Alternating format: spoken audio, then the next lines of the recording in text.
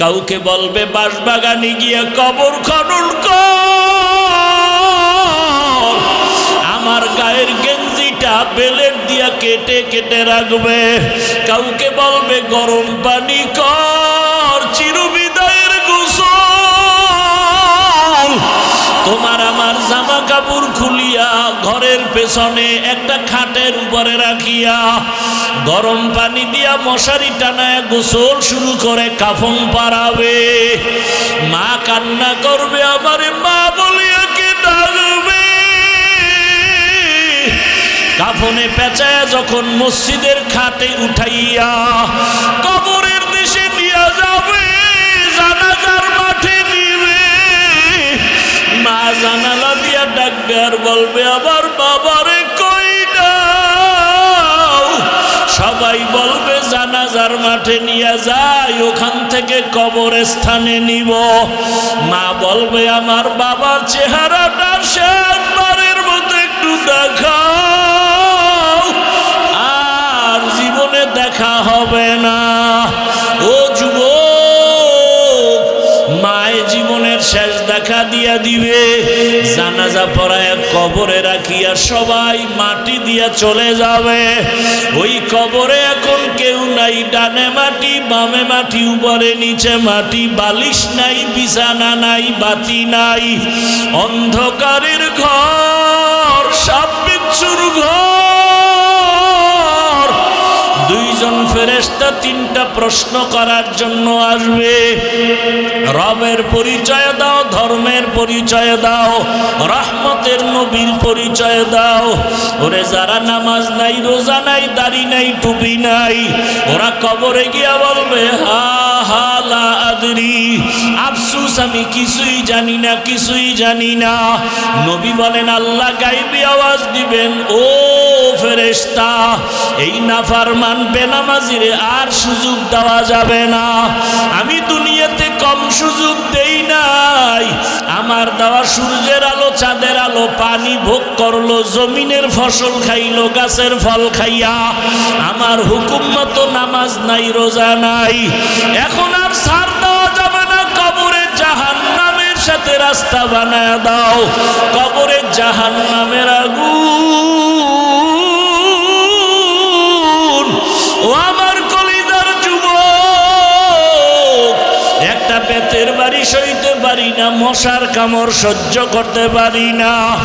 গুনাহগার হইয়া কবরে গেলে জাহান্নামের গরম কেমন করে সহ্য করবা? আমার আল্লাহ রাগ করি আওয়াজ দিবে, কবরের মাটি, এই বেনামাজি নাফরমানের দুই দিক থেকে জোরে জোরে চাপ দাও।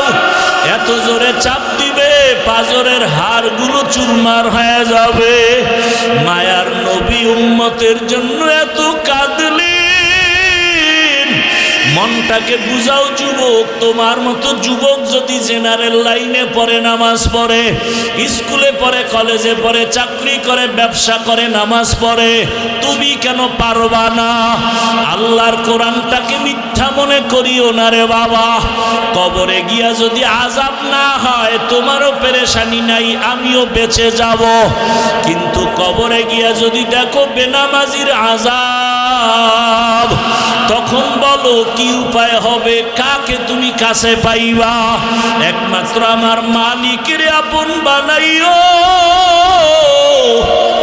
আমার আল্লাহর কাছে তওবা করো, আর মনে মনে বলো, হে মালিক, আর নামাজ ছাড়বো না, দাড়ি কাটবো না, বেপরদায় চলবো না। মা বাবার দোয়া নিয়া, শিক্ষকের দোয়া নিয়া, উলামায়ে কেরামের দোয়া নিয়া চলবো, নবীর সুন্নত অনুযায়ী চলবো। তওবা করার মতো যদি নিয়ত হয়, মুনাফিকি যদি না থাকে, খাঁটি তওবার নিয়ত যাদের আছে, দুটো হাত আমার আল্লাহকে দেখাইয়া দাও। আয় আল্লাহ, হাতগুলো কবুল করে নেন, তওবা কবুল করে নেন। তওবার উপরে মজবুত হইয়া চলার তৌফিক দান করেন, আমিন। জিন শয়তানের জায়গা, পোকামাকড়ের জায়গা। জরুরতটা সারা হলে দৌড় দাও, তবে একটু সতর্ক। বাথরুমে ঢুকতে গেলে কিন্তু ময়লা তোমার জামা কাপড়ে লাগতে পারে। তা কি করবো? সব বাইরে খুইলা এরপরে ল্যাংটা যাবি? না না, সতর্ক অবস্থায় যাইও যেন না লাগে। যদি লাগে, যদি এমন সন্দেহ থাকে, ময়লা দূর করার জন্য সাবান পানি রেডি রাখিও, ময়লা পরিচ্ছন্ন করার জন্য। কয় এমন ময়লা লাগছে যা সাবানেও যায় না। তাহলে এই মেডিসিন তুমি পারবা না। তৃতীয় আর এক ব্যক্তির কাছে তোমার এই ময়লা পরিষ্কারের জন্য জামা দাও। তৃতীয় হাত হলো বাজারে লন্ড্রি আছে, ধোপা, ওদের কাছে যখন দিবা ওরা বিদেশি মেডিসিন দিবে, যত ধরনের দাগ থাক মোটেও থাকবে না, পরিষ্কার হয়ে যাবে। দুনিয়াটা ঠিক ওই বাথরুমের মতো।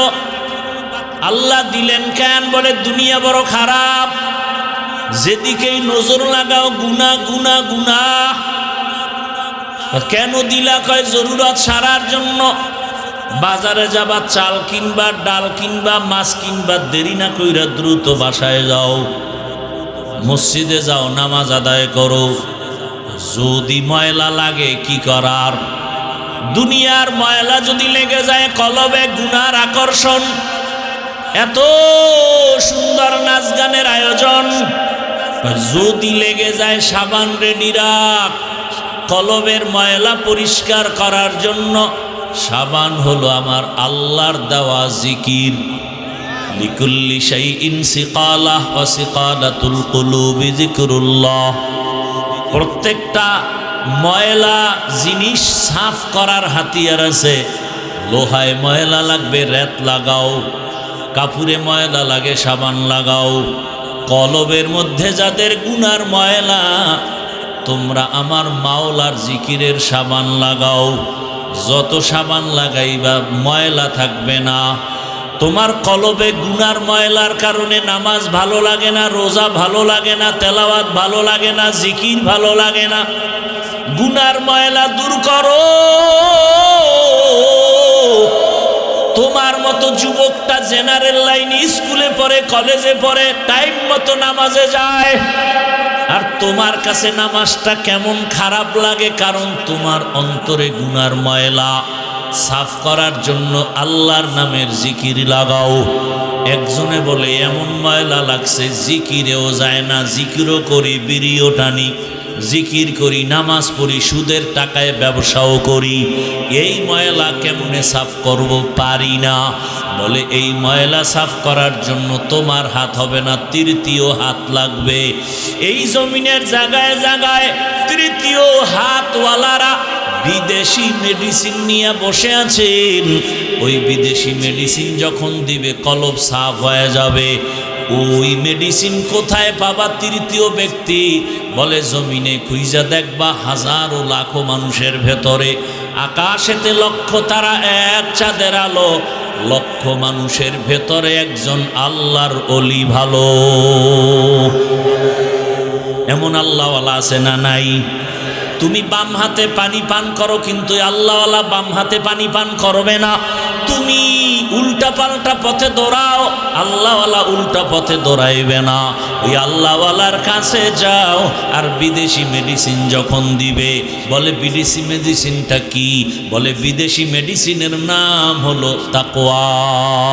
হরকে দার খৌফে হকদার দিল মদম জন্নতুল মাওয়া দেহদ ও রামকাম জুজবা হক চি জে মখাজ ইনসো যা ফজলে উ আমস্তে দর জুমলা জাহা। আল্লাহর জন্য বারবার বলেন তাকওয়া মানে আমাকে ভয় করো। কাকে? জোরে বলেন কাকে? আল্লাহকে ভয় করো। যদি প্রশ্নটা করি এই ময়দানের ভেতরে, আপনারা কারা কারা আল্লাহকে ভয় করেন? যদি করি তাহলে সবাই হাত উঠাবে না? অত সেখানে বহু আল্লাহর আশেকরা আছেন, ফজর পড়ে নাই, জোহর পড়ে নাই, আসর পড়ে নাই, মাগরিব এশা পড়ে নাই, এমন লোক এখানে নাই? সেও দুটো হাত উঠায় বলবে আমি আল্লাহকে ভয় করি, আমি নামাজ পড়ে বলি আল্লাহকে ভয় করি। আপনি দাড়ি না রেখে বলেন আল্লাহকে ভয় করি, আমি দাড়ি ঠিক রাখিয়া বলি আল্লাহকে ভয় করি। আপনি হারাম খাইয়া বলেন আল্লাহকে ভয় করি, আমি হালাল খাইয়া বলি আল্লাহকে ভয় করি। আপনি বেপর্দায় চলেন আর বলেন আল্লাহকে ভয় করি, আমি পর্দা রক্ষা করে চলিয়া বলি আল্লাহকে ভয় করি। একটু বলেন এই দুই ভয় কি সমান? আসলে আপনি ভয় কি জিনিস বুঝেনই না। আমি উদাহরণটা এভাবে দেই, একটা সন্তান বাবারে ভয় করে, প্রমাণ কি? বলে বাবার সামনে কখনো অন্যায় করে না, কেন? বলে শাস্তির ভয়। একটা ছাত্র শিক্ষকের ভয় করে, প্রমাণ কি? বলে শিক্ষকের সামনে ছাত্র অন্যায় করে না, কেন? বলে শাস্তির ভয়। ঠিক এই জমিনে যেই বান্দা আমার আল্লাহকে ভয় করবে, আসলেই যদি ভয় করে, আল্লাহর আযাবের ভয়ে গলায় ছুরি লাগাবে, দাড়ির মধ্যে অস্ত্র লাগাবে না। হরকে দারত খৌফে হকদার দিল মাদাম, জন্নাতুল মাওয়া দেহদ রামকাম, জুজবা হক ছি জে মখাজ ইনসুজা, ফজলে উআ মস্তে দর জুমলা জাহা। আপনাদের ক্লান্তি ভাব আসতেছে, ঘুমের নেশা। এ জাতি তো রাতের বেলা ঘুমায় না, মোবাইলের হক আদায় করে। আল্লাহর কাছে একটা নিয়ে যাইতে হইব না? আল্লাহ যদি দৈরেই ফেলায়, জীবনে কিছু করছো, আল্লাহ কিচ্ছু না করলো, অন্তত একটা হক আদায় করছে।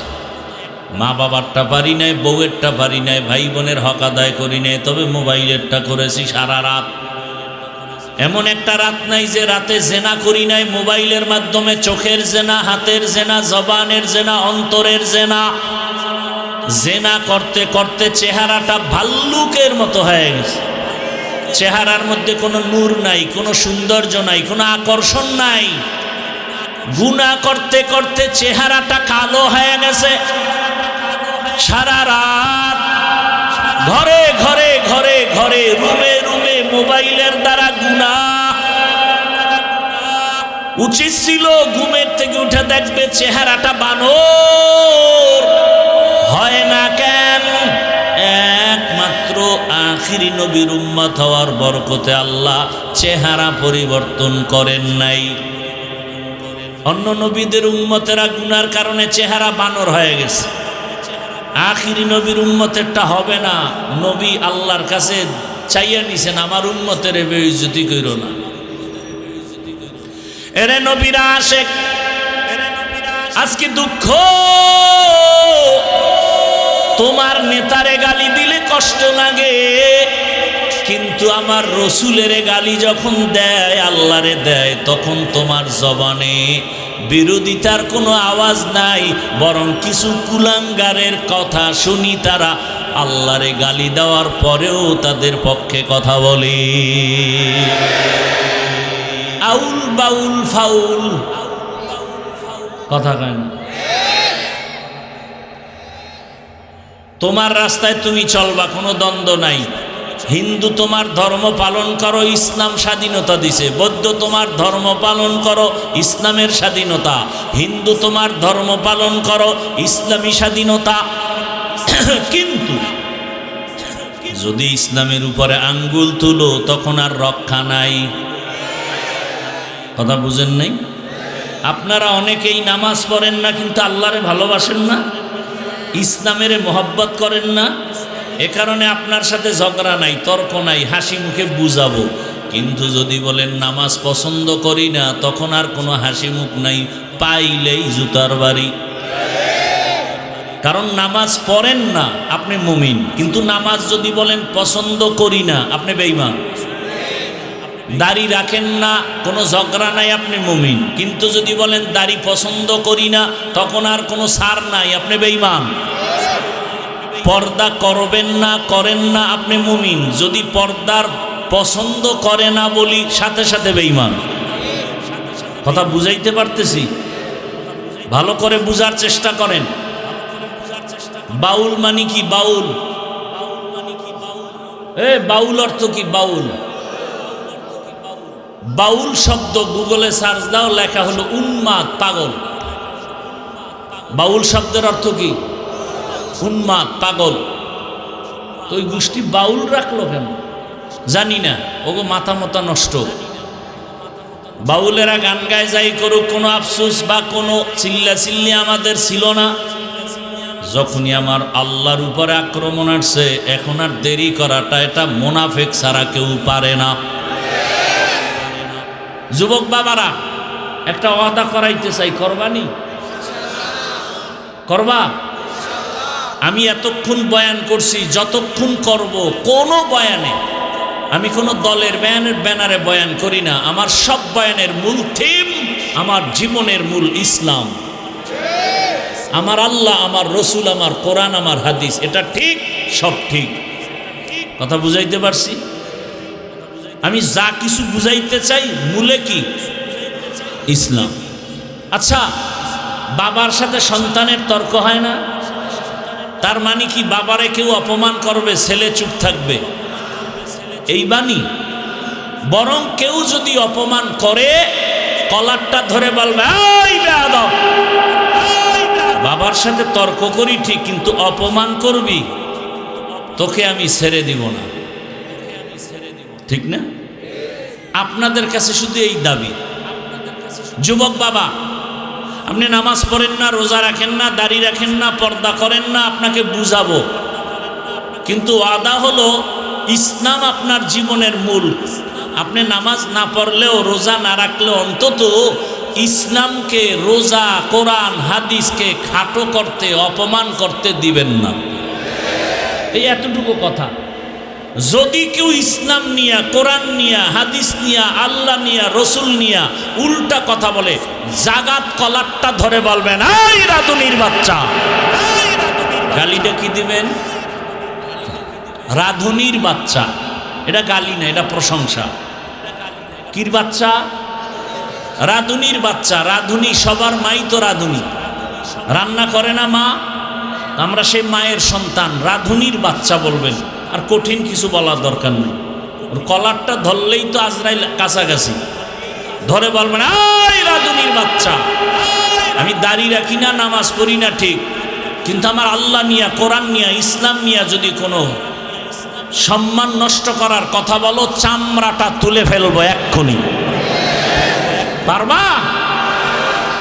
ইসলামকে অপমান করতে দেওয়া যাবে? তুমি কোন দল করবা না করবা সেটা আজ আল্লাহর সাথে তুমি বুঝপড়া করো। তুমি তো দুধু খাওয়া শিশু না, সব বুঝো। আমার কথার মূল থিম ইসলাম। কি? সব বিসর্জন দেব, কিন্তু ইসলাম কেনা, ইমান কেনা, আল্লাহ কেনা, রসুল কেনা, কোরআন হাদিসের অপমান বিন্দু থেকে বিন্দু রক্ত দেওয়া হলো, তা প্রতিশোধ নিব, সহ্য করে নিব। কথাটা বুঝাইতে পারছি? ইসলাম এমন এক ধর্ম, পৃথিবীতে এর মতো সুন্দর, পিওর, শান্তির, সহজ ধর্ম নাই। সব থেকে সহজ ধর্ম ইসলাম। আমরা আলোচনা করি না, বুঝি না, এজন্য মনে করি ইসলাম মানে অনেক কঠিন। না, ইসলামের মতো সহজ কোনো ধর্ম নেই, অনেক সহজ। এবং ইসলামটা পরিপূর্ণ মানুষের সমাধানের একটা জায়গা। আপনাদের কি মনে হয় ইসলাম দুর্বল, কোরআন দুর্বল? মানুষের সব সমাধান কি আল্লাহ দেন নাই? না, কোনো ভুলে একটা জায়গায় আল্লাহ বোধহয় দিতে ভুলে গেছেন। কেন বলেন ইসলামে, কোরআনে রাষ্ট্রনীতি নাই? কথা বলেন না কেন? সুলাইমান নবী গোটা দুনিয়া পরিচালনা করেন নাই? ঘটনা কোরআনে নাই? ইউসুফ নবী মিশরের অর্থমন্ত্রী ছিলেন না? ঘটনা কোরআনে নাই? রহমতের নবী মদিনার রাষ্ট্র চালান নাই? হ্যাঁ, আপনি একটু আগেই বলছে আপনি নামাজ পড়েন না, ঠিক আছে, আপনাকে বুঝাবো, কিন্তু আপনি এই কথা বললেন না আমি নামাজ পছন্দ করি না, তাহলে কিন্তু আপনার সাথে আমার যুদ্ধ হবে, কারণ আপনি বেঈমান। আপনি আল্লাহর কোরআনে বর্ণনা করা রাজনীতি আপনি যদি না করেন, কোনো ঝগড়া নাই, কিন্তু যদি বলেন এটা কোরআনে নাই, ইসলামে নাই, পছন্দ করি না, তাহলে যুদ্ধ হবে। কথা বুঝাইতে পারলাম? আল্লাহর কথাকে আপনি নাই বলবেন, এই সাহস আপনাকে দেওয়া হয় নাই। মানে মানেন না, সে দুর্বলতা ভিন্ন। আল্লাহ বুঝার তৌফিক দান করেন। তো মানুষ দুনিয়া দুনিয়া করে কেন? এত বয়ান, এত বয়ান, এত বয়ান, রাত নাই দিন নাই খালি বয়ান, দাওয়াত তাবলীগওয়ালাদের বয়ান, পীর মাশায়েখের বয়ান, আমাদের বক্তাদের বয়ান। কি কিছুক্ষণ থাকবেন না? ধৈর্য হারাই ফেলছেন। এতগুলো মানুষ এক জায়গায় বসে আল্লাহর কাছে একটু মা বাবার জন্য দোয়া করব, এই সুযোগ কি আর পাবেন? এই সুযোগ হাতছাড়া যারা করবে, এদের মতো পোড়া কপাল আর কেউ আছে? আল্লাহ হেদায়াত দান করুন। কত রাত কাটাইছেন শুধু গুনাহ করে, গল্প করে, আড্ডা করে। আজকে আল্লাহর কোরআনের জন্য কি একটু সময় দেওয়া যাবে না? শেষ দোয়া করে যাবেন ইনশাআল্লাহ। আল্লাহ কবুল করেন। ভাইরা আমার, দুনিয়ার লোভে পড়ে দুনিয়ার সব মানুষ পেছনে ধরে। আমি হুজুরও যদি দেখেন উল্টা পাল্টা করি, বুঝবেন দুনিয়ার লোভ। কারণ রহমতের নবী বলছেন, দুনিয়ার মোহাব্বত আর লোভ হলো সব ধ্বংসের মূল কারণ। এই লোভ আবার তিন প্রকারে ভাগ করা: হুব্বে যা, হুব্বে মাল, হুব্বে নিসওয়ান। সম্মানের চেয়ারের লোভ, টাকা পয়সা সম্পদের লোভ, যৌবনের লোভ। এ যুবক, তোমার মতো যুবক স্কুল কলেজে পড়ে, নামাজ পড়ে, তুমি পারো না কেন? কয় লোভে আটকায় গেছি, ভালো লাগে না নামাজ। কয় কিসের লোভ? কয় যৌবনের লোভ। মা বাবারে মানো না কেন? কয় যৌবনের লোভে আটকায় গেলাম। ফেরাউন নামের বেঈমান আমার আল্লাহকে আল্লাহ বলে মানে না, নিজেরে খোদা দাবি করলো। শুধু খোদা না, সব থেকে বড় খোদা, আনা রব্বুকুমুল আ'লা, সব থেকে বড় খোদা দাবি করলো। কেন? বলে সম্মানের চেয়ার দখল করার লোভে, ক্ষমতার লোভ।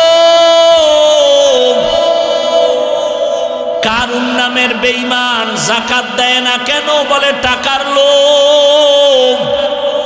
আমাদের সমাজে এই টাকার লোভীরা ঠিকমতো গরিবের বেতনটাও দেয় না। কথা বলেন না কেন? আমার দেশের ধনীরা ঠিকমতো গরিবের যাকাতও আদায় করে দেয় না। কেন? বলে যাকাত দেওয়া জরিমানা মনে করে। এত যাকাত দিব কেন? আল্লাহর জাতের কসম, এই জমিনে যদি ইসলামের অর্থনীতি বাস্তবায়ন হইতো, মাত্র 5 থেকে 10 বছরের ভেতরে আমার দেশে কোনো দরিদ্র থাকতো না।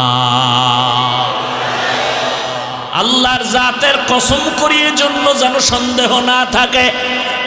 দুনিয়াতে যত অর্থনীতি আছে, শ্রেষ্ঠ কল্যাণমুখী অর্থনীতির নাম হলো ইসলামী অর্থনীতি। কিন্তু এই বিষয়ে আলোচনা নাই, এজন্য আমরা বুঝি না। ইসলামের অর্থনীতির মূল একটা শাখা হলো যাকাত। ইসলামী অর্থনীতির একটা লাইন হলো গরিবের ধার দাও, ধার করজ দাও। কিন্তু আপনাদের এলাকার তিলকপুরে কোনো গরিব গিয়ে যদি বড় লোকেরে বলে আমারে 5,000 টাকা ধার দেন, আমি 15 দিন পরে দিব, বড় লোক কয় টাকা নাই, টাকা নাই, টাকা নাই। কানের সাথে মুখ লাগায় গোপনে যদি কয় সুদে দাও, কয় লাখ। ঠিক নি? ওর কপালে আল্লাহর লানত। কারণ সুদের সাথে যারা ইচ্ছা করে জড়িত হবে, ওরা 24টা ঘন্টার সেকেন্ডে সেকেন্ডে সেকেন্ডে অল টাইম গর্ভধারিণী মায়ের সাথে জেনার গুনাহ, জেনার গুনাহ, জেনার গুনাহ। দুনিয়াতে যত ইসলামের দুশ্মন, আল্লাহর দুশ্মন, এর মধ্যে বড় দুশ্মন হলো 2 দল। এক দল যারা সুদের সাথে জড়িত, আর এক দল যারা বুখারী শরীফে আছে আল্লাহ উলিয়া যারা মানে না, এরা আল্লাহর দুশমনের মধ্যে সবথেকে বড় দুশমন। কয় বড় দুশমন বুঝলাম কেমনে? বলে এই দুই দলের সাথে আল্লাহ বলেন আমি নিজে যুদ্ধ করব। সুদখোরের ব্যাপারে আল্লাহ কোরআনে বলছেন সূরা বাকারা, ইয়া আইয়ুহাল্লাযীনা আমানুত্তাকুল্লাহ ওয়া যারু মা বাকিয়া মিনার রিবা ইন কুনতুম মুমিনিন ফাইন লাম তাফআলু ফাআযানু বিহারবিন মিনাল্লাহি ওয়া রাসূলিহি। আর এক দলের কথা বুখারী শরীফে হাদিসে কুদসি, মান আদালি ওয়ালিয়ান ফাকাদ আযানতুহু বিল হারব। যারা উলিয়ার সাথে দুশমনী করবে আমি আল্লাহ রেডি তার সাথে যুদ্ধ করার জন্য। কারণ জমিনে আমার কাছে ফেরেশতার মূল্য নাই, আমার কাছে প্রিয় ফেরেশতা না, জিন না, আমার কাছে সবথেকে প্রিয় আমার বান্দা। আর এই বান্দাদের মধ্যে যারা আমার খাস ওলি, আমার বন্ধু তাকওয়াওয়ালা, এরা আমার অনেক প্রিয়। আর আমার এই প্রিয় বন্ধুদের সাথে যারা দুশমনী করবে আমি আল্লাহ যুদ্ধ করার জন্য রেডি। এই জন্য আমি মাঝে মাঝে বলি যারা বলে উলিয়া মানি না, আমি বলি ওরা কোরআন মানে না, বুখারী শরীফ মানে না, ওরা ভণ্ড। এদের যারা ভণ্ড বলবে না তারাও ভণ্ড। আউলিয়ারা কারে উকবা ইখতিয়ার, জাহেলারা কারে দুনিয়া ইখতিয়ার। মাইলে মোমেন সোয়ে মোমেন মিশাওয়াত, মাইলে কাফের সোয়ে কাফের মিশাওয়াত। ভয় করব কাকে? আল্লাহর ভয়। ও যুবক, তোমার অন্তরে বোধহয় একটা উল্টা ভয় কাজ করে, উল্টা ভয়। এই হুজুর বয়ান তো খারাপ না, কিন্তু কেমনে যে দ্বীন ইসলামের উপরে মজবুত হয়ে চলবো ভয়। আমি বলবো এতক্ষণ যে চিল্লাইয়া বয়ান করলাম আমি এ কথা বুঝাই নাই তুমি স্কুল ছেড়ে হুজুর হও, টুপিওয়ালা হও, এটা বলি না। বরং আমি বাংলাদেশে এটাই সব যুবকরে বুঝাতে চাই, তুমি স্কুলে কলেজে পড়ে ডাক্তার হও, ইঞ্জিনিয়ার হও, প্রফেসর হও, ওসি ডিসি এসপি হও, আমি এটা বুঝাতে চাই। কেন? আমার দেশে মুফতি মুহাদ্দিস মাওলানার অভাব নাই, আমার দেশে আদর্শবান ডাক্তারের অভাব, আদর্শবান ইঞ্জিনিয়ার প্রফেসরের অভাব, আদর্শবান ওসি ডিসি এসপির অভাব। আজ যদি আমার দেশের থানা জেলার ডিসি এসপি যদি আদর্শবান নামাজি হতো, কোরআনের বয়ান চলতো, কোনো সুদখোর থেকে অনুমতি নেওয়া লাগতো না। লাগতো? ওই সেদিন শুনলাম এক টিওনো প্রতিদিন ফজরের নামাজ এলাকায় ঘুরে ঘুরে এক এক মসজিদে আদায় করে, মানুষের উপকার করে, একটা টাকাও হারাম ভাবে খায় না। এরকম কি প্রশাসনে লোক নাই? আপনারা পারেন না কেন বলেন? সহজ, কোনো বয়ান নাই, আউলা জাউলা ওয়াজে জায়গায় আপনার মতো লোকটাই যদি জেনারেল লাইনে থেকে নামাজ পড়ে, আপনি পারেন না কেন বলেন? আপনার কপালে কার বরদোয়া লাগছে বলেন? আমি হুজুরইতে বলছি। আপনার মতো জেনারেল লাইনের বান্দা ডাক্তার প্রফেসর ইঞ্জিনিয়ার নামাজি নাই। প্রশ্ন, আপনি পারেন না কেন? আপনার কপালটা নষ্ট কেন? কার বরদোয়া লাগাইছেন বলেন? 3 জায়গার বরদোয়া যদি লাগে আল্লাহর কসম মরার আগে ধ্বংস হয়ে যাবেন। 1 নাম্বার জায়গা মা বাবা, 2য় জায়গা আপনার শিক্ষক, 3য় জায়গা ওলামায়ে কেরাম। এই 3টা জায়গার যদি বরদোয়া লেগে যায় মরার আগে জীবনটা আপনার ধ্বংস হয়ে যাবে। বহু রাস্তায় হাঁটি আর ঘুরি দেখি ল্যাংটা পাগল ইংলিশে কথা কয়। পাগলে আবার ইংলিশ কয় কেমনে? কয় না না, স্কুলের ভালো ছেলে ছিল, কলেজের ছেলে ছিল, বেয়াদবি করার কারণে রাস্তার পাগল হয়ে গেছে। পাগল হইতে কি মদ খাওয়া লাগেনি? একটা তার উল্টাপাল্টা হয়ে গেলে জাগাত শেষ, বুদ্ধি শুদ্ধি সব শেষ। ভাইরা আমার, জেনারেল লাইনে থাকো, ওখানে থেকে তুমি আদর্শমান ইঞ্জিনিয়ার হও। র্যাব, আর্মি, পুলিশ, বিডিআরের চাকরি করে নামাজ পড়ে নাই। ও যুবক বাবা, তোমার মতো কত জেনারেল ভাই রাস্তায় গাড়ি চালায়, নামাজ পড়ে, বলো তুমি কেন পারো না? ঢাকা কলেজের ছেলেরা লেখাপড়া করে, কলেজে মাথায় পাগড়ি লাগানো, বড় জামা বড় দাড়ি, মনে হয় মসজিদের খতিব। সে যদি পারে বাবা, বলো তুমি কেন পারো না? আমার অন্তর বলে তোমার উপরে আমার আল্লাহ বেজার। কোন দিন যেন আজরাইল এসে তোমারে ধাক্কা দিয়া বসে, পালাবার কোনো জায়গা নাই। এমন একটা দিন নাই গাড়ির নিচে, পানির নিচে, ঘুমের বিছানায় মরণের লাশ দেখা যায় না। আপনাদের কষ্ট যদি না হয়, আমি ছোট একটা ঘটনা দিয়া বুঝাবো। কষ্ট হবে? যেই রসুলকে এক নজর দেখলে ভালোবাসা দিয়া জাহান্নাম হারাম, সেই রসুলকে 13 বছর দেখছে আবু জাহাল, কালেমা পড়ে নাই। অথচ 27 বছরের যুবক তরবারি নিয়ে দৌড়ায় নবীরে জবাই করবে। রহমতের নবীরে দেখা মাত্র তরবারি ফালায় কালেমাওয়ালা হয়ে গেল। 13 বছর দেখলো, বয়ান শুনলো, কালেমা পড়ে না, কত বড় বেঈমান। আর 27 বছরের যুবক তরবারি নিয়ে নবীকে জবাই করতে গিয়া কপালওয়ালা হয়ে গেল। এখন আমার ওমর এত দামি, ওমর যেই রাস্তা দিয়া চলে শয়তান ওই রাস্তায় চলতে ভয় পায়। ও আমার যুবক বাবারা, পর্দার আড়ালের মা বোনেরা,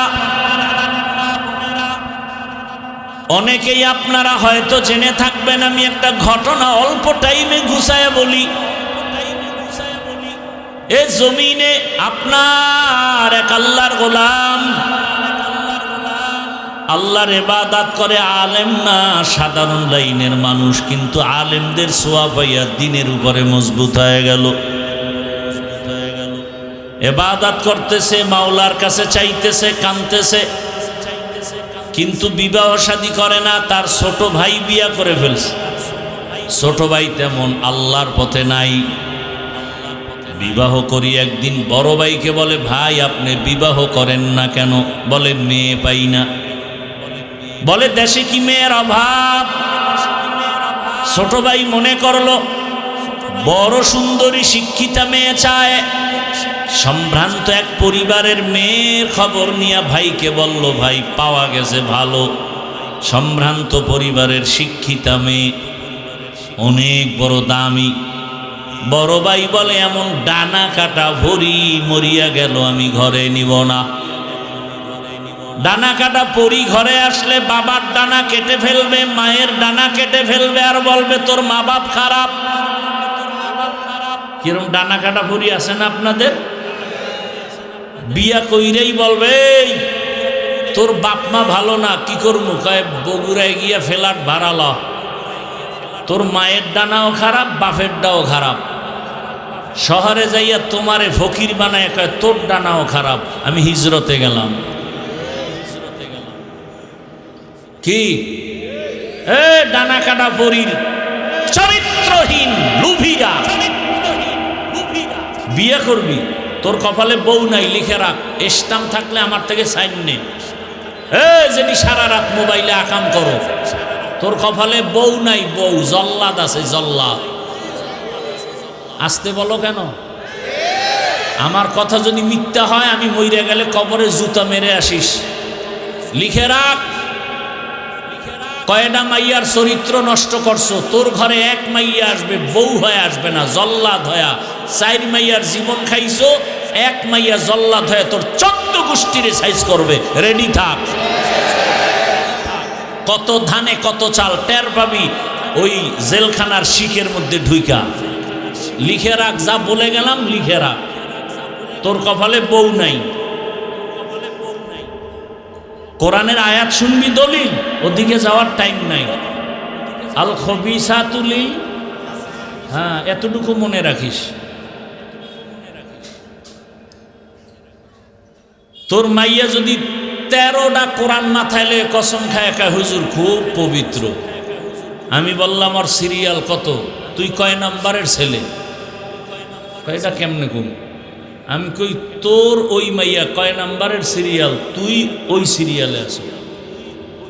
তোর যদি 4 মাইয়া তুই চরিত্র নষ্ট করে এটারে পঞ্চমে ধরো, তো ওই মাইয়াও 4 ছেলের চরিত্র নষ্ট করে তোরে ধরছে পঞ্চম। আল খবিসাতু লিল খবিসিন, রেডি থাক। তোর কপালে বউ নাই, কথাটা আমি খুব আসমান বরাবর ওজন দিয়ে বলে গেলাম। হ্যাঁ, যদি তওবা করো তো দরজা খুলে যাবে ইনশাআল্লাহ। তো তওবা তো করবি না, বরং হজের পরে বিড়ি টানবি আর বলবি বয়ান যাই করছে খারাপ না, কিন্তু এই কিন্তু দিয়া বাঁশ ঢুকাবি। তো বাঁশ তো তোর 14 গোষ্ঠীর মধ্যে ঢুকবে, তোর কপাল পুড়বে। কোন দিন গাড়ির চাকার তলে মাথা ঢুকবে টেরই পাবি না। আর মরণ অস্ত্র লয়ে এত দৌড়াও, বাইক নাম কি কি কয় এলাকায়? Motor cycle.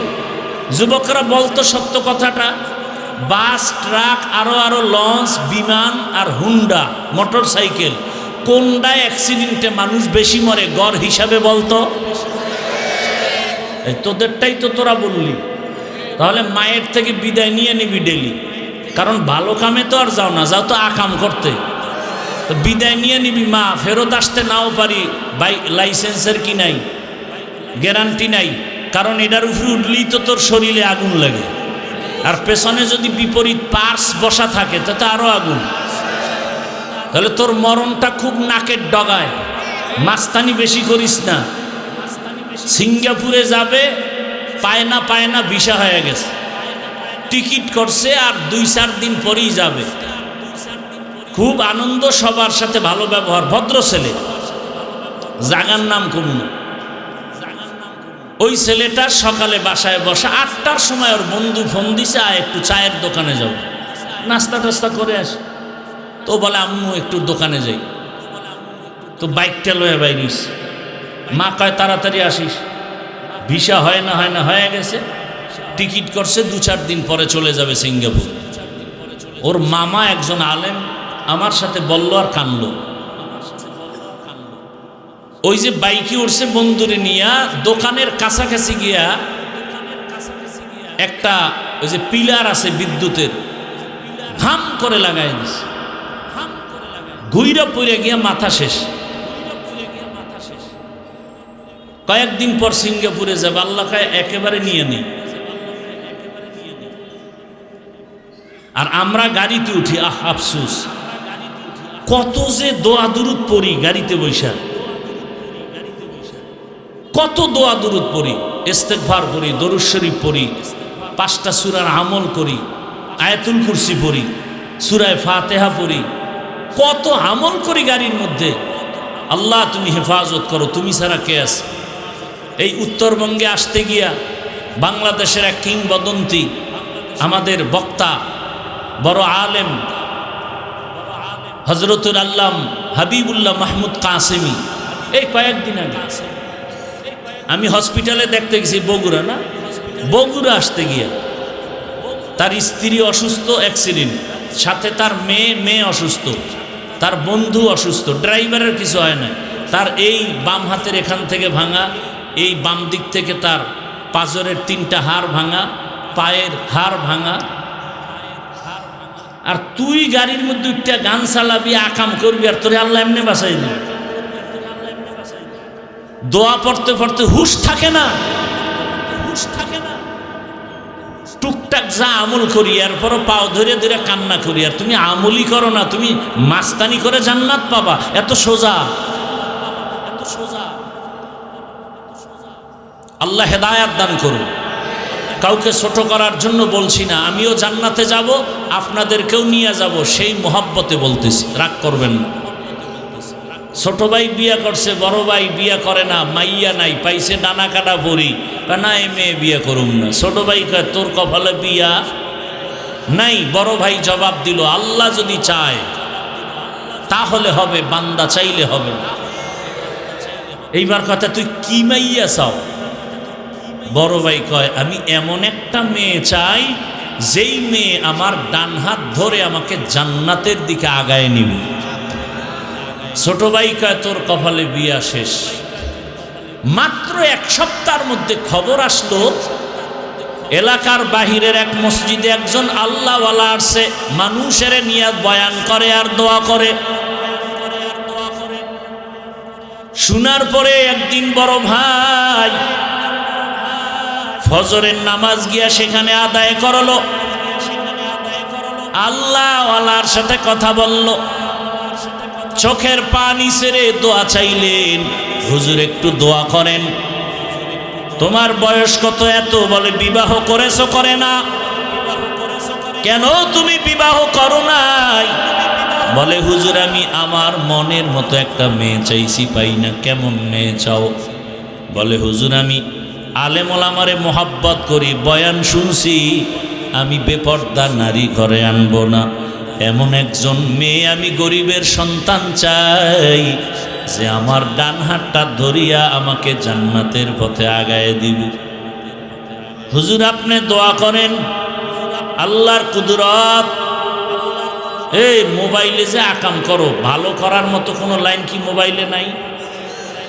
এই মোবাইলে গুগলে সার্চ দে, টাচ মোবাইল দেখলে শরীরের অঙ্গ প্রত্যঙ্গের কি কি ক্ষতি হয়।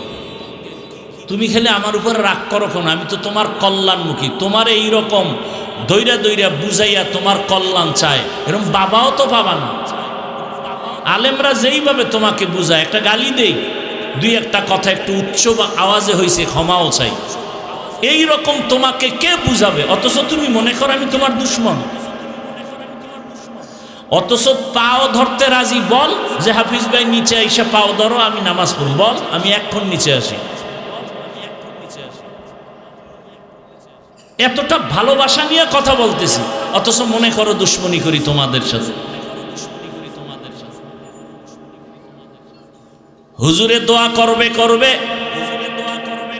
এমনি মুখে বলে আল্লাহ কবুল করুন কবুল করুন। হঠাৎ আল্লাহর ওলির কাছে আইসা মসজিদের বাহিরের জানালা থেকে একটা মহিলার কণ্ঠে সালাম দিল।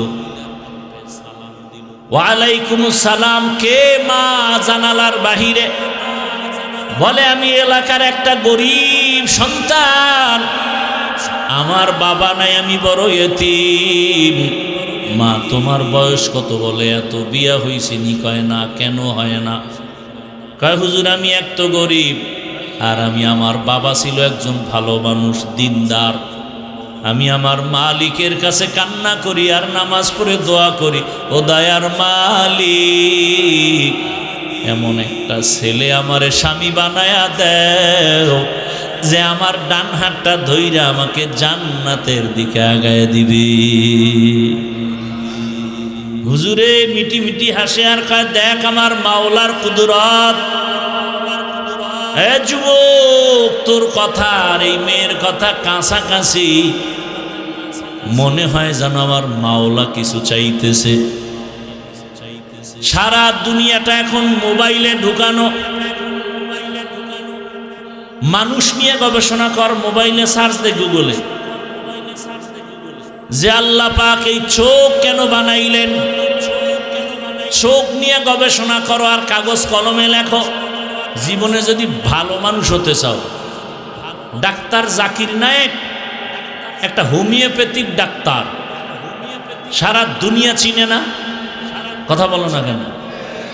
ডাক্তার জাকির নায়েক রে সারা দুনিয়াবাসী চিনে। কে জানে ডাক্তার জাকির নায়েকের মা বাবা কে? ওই জাকির নায়েক সাহেবের জন্য গোটা দুনিয়া পাগল। এক সময় বলতো মাযহাব লাগে না, বাংলাদেশ না আন্তর্জাতিক মানের টপ লেভেলের একজন আলেম, বিশ্ববরেণ্য আলেম,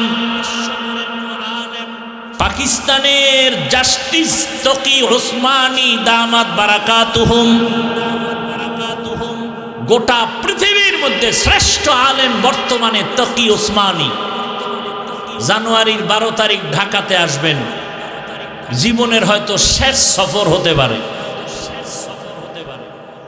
ভাইয়েরা আমার, গোটা দুনিয়ার স্কলার, কলেজ, ভার্সিটিওয়ালারা আধা ঘন্টা তার লেকচার শোনার জন্য সিরিয়াল দিয়ে রাখছে গোটা দুনিয়াতে। লন্ডন, কুয়েত, কাতার, এমন কোন রাষ্ট্র থেকে তার চাহিদা নাই। আধা ঘন্টা লেকচার শুনবে, সব জেনারেল। হুজুর টুজুর তো পরে গোটা দুনিয়ার আন্তর্জাতিক জেনারেল লাইনের বুদ্ধিজীবীরা তকি ওসমানী সাহেবের আধা ঘন্টার লেকচার শুনবে। কত কোটি টাকা লাগবে একটু সময় দেন। 12 জানুয়ারি ঢাকাতে আসবেন, 1 সপ্তাহের সফরে।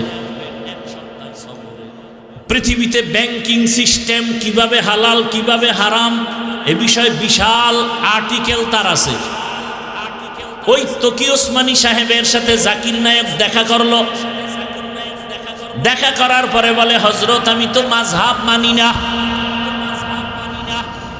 তকি ওসমানী দামাত বারাকাতুহুম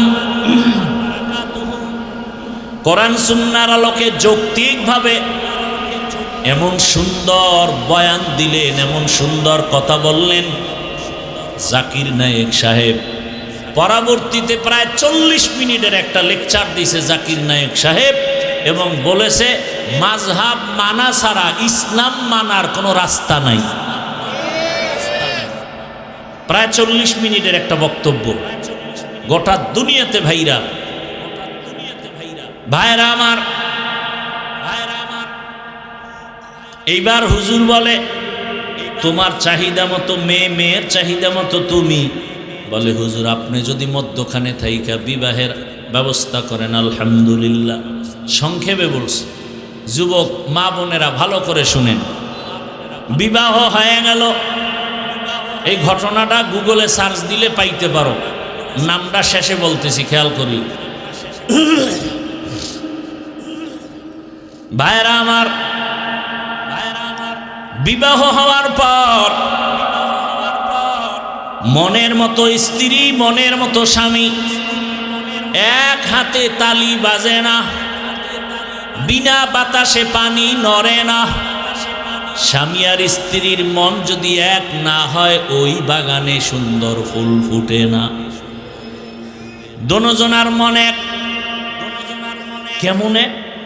ফজরের সময়, ভোর রাতে তাহাজ্জুদের নামাজে স্বামী যদি উঠে স্ত্রীকে জাগায় দেয়, স্ত্রী যদি উঠে স্বামীকে উঠায়া দেয়, দুইজনে ওযু বানাইয়া এক যায় নামাজে বসে নামাজ আদায় করে। প্রতিদিন দোয়া করি, হে মালিক, জীবনের একটা আশা পূরণ করেছো। কোন দিন মরে যাব জানা নাই, আমাদের দাম্পত্য জীবনের আর একটা আশা, তুমি এমন একটা সন্তান আমাদের দান করিও, যেই সন্তান হবে আমাদের নাজাতের ওসিলা, হেদায়াতের একমাত্র ফাউন্ডেশন। স্বামী আর স্ত্রীর কান্না মালিক কেন শুনবেন না? বেপরদায় চলে না, বেহুদা গল্প করে না, নারীদের নিয়ে আম্মা জান আড্ডা দেয় না, স্বামীর বদনাম বলে না। আল্লাহর কাছে চোখের পানি কবুল। আল্লাহ তাআলা দুইজনার কান্নায় একটা সন্তান দান করেছেন। এই সন্তান আসার পরে এবার আরো কান্না। ও আল্লাহ, তুমি আমার সন্তানটাকে জগৎ বিখ্যাত ওলি হিসাবে কবুল করো। এমন দোয়া মা বাবায় করছেন, জমিনে আসা মাত্র অল্প বয়স, যেটাকে আমরা যুবক বলি, সেই যুবক বয়সে গোটা দুনিয়াটাকে লাড়া দিয়ে দিছে। মিশরের ভেতরে বেঈমানেরা যখন ক্ষমতা দখল করলো, হুঙ্কার দিয়া দাঁড়ায় গেল। মুসলমানের প্রথম কিবলা বাইতুল মাকদিস, জালেমেরা যখন আক্রমণ করেছে, এই যুবক হুঙ্কার দিয়া ময়দানে ঝাঁপায় পড়ল। অল্প দিনের মধ্যে গোটা দুনিয়াতে তার নাম আর ডাক, নাম আর ডাক, নাম আর ডাক। ইতিহাসের পৃষ্ঠায় সাক্ষ্য, গুগলে সার্চ দিয়া দেখবি যুবক বাবা বাসায় গিয়া এই বহুল আলোচিত যুবক হলো সুলতান সালাহউদ্দিন আইয়ুবী রহমাতুল্লাহ আলাইহি। এর মা বাবার কাহিনী শুনাইলাম, এইবার এর কাহিনী বলতে গেলে রাত শেষ। ভাইরা আমার, বললে লাভ কি? আপনার ছেলেটার এরকম বানাইছেন, নিজেও গাঞ্জা খান, ছেলেরও গাঞ্জা খান। নিজের মাইয়া বেপরদায় কলেজে দৌড়ায়, বউ ওদিকে পার্কে দৌড়ায়। তো লাভ কি বয়ান করে? ফজর পড়েন নাই, জহুর পড়েন নাই, আসর পড়েন নাই, মাগরিব পড়েন নাই, কি লাভ হবে? মুমিন বেঈমানের ব্যবধান নামাজ। বেঈমানেরা নামাজ পড়ে না, মুমিন যারা তারা নামাজ ছাড়ে না। নামাজ কই? আজকে বয়ানের পরে যদি দেখেন মসজিদে মুসল্লি বেশি, বুঝা যাবে বয়ানটা কাজে লাগছে। আর যদি দেখেন না মুসল্লি আরো কইমা গেছে, বুঝবেন বয়ানের ফলাফল ভালো হয় নাই। পর্দার আড়ালের আম্মা জানেরা, আপনার মতো কত মা এখনো আছে বেপর্দায় চলে না, নামাজ ছাড়ে না, মোবাইলে সময় নষ্ট করে না, স্বামীর মাল হেফাজত করে। ও আমার যুবক, বিদায় বেলা বলে গেলাম, মা বাবার দোয়া নিয়ে এখনো সময় আছে, তওবা করো। ডাক্তার যদি হও, আদর্শবান ডাক্তার হইও, আদর্শবান ইঞ্জিনিয়ার হও, আদর্শবান প্রফেসর হও, ওসি ডিসিএসপি হও। আম্মা জানকেও বলবো সন্তানটাকে ভালো লাইনে চালানোর মেহনত করেন, সন্তানটাকে কোরআন পড়াবেন। ডাক্তার হইয়াও কোরআন পড়বে, রুগী দেখবে, নামাজ পড়বে, মা বাবার জন্য দোয়া করবে।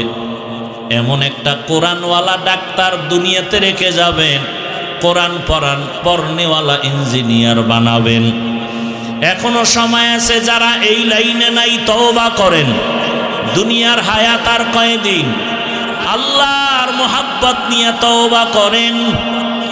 আর আল্লাহকে মনে মনে বলেন, জোরে বলা লাগবে না, মনে মনে বলেন, হে মালিক, জীবনে তো কম গুনাহ করলাম না। ও মা, ও বোনেরা, ও যুবক বাবারা, মনের আশা পূরণ করতে গিয়া পার্কে পার্কে দৌড়াইছো, এখনো কি আশা পূরণ হয় নাই? আমাকে বলো, আর কতদিন পার্কে গেলে আশা পূরণ হবে? আর কত রাত্র মোবাইল চালাইয়া গুনাহ করলে আশা পূরণ হবে? আর কতদিন দাড়ি কাটলে আশা পূরণ হবে? আর কতবার বেপরদার নাচ গান করলে আশা পূরণ হবে? এবং এটাও বলো, তোমার হায়াতের বাকি আছে কতদিন? চোখের সামনে যুবকের লাশ। এমন একটা দিন নাই, কয়েক মাস আগে বাইতুল্লায় বাংলাদেশের খবর শুনলাম, বিদেশি যুবক টাকা কামাই করে স্বর্ণের অলংকার নিয়ে ঢাকা আসছে। কয়েকদিন বাড়িতে আনন্দ করে আবার যাবে।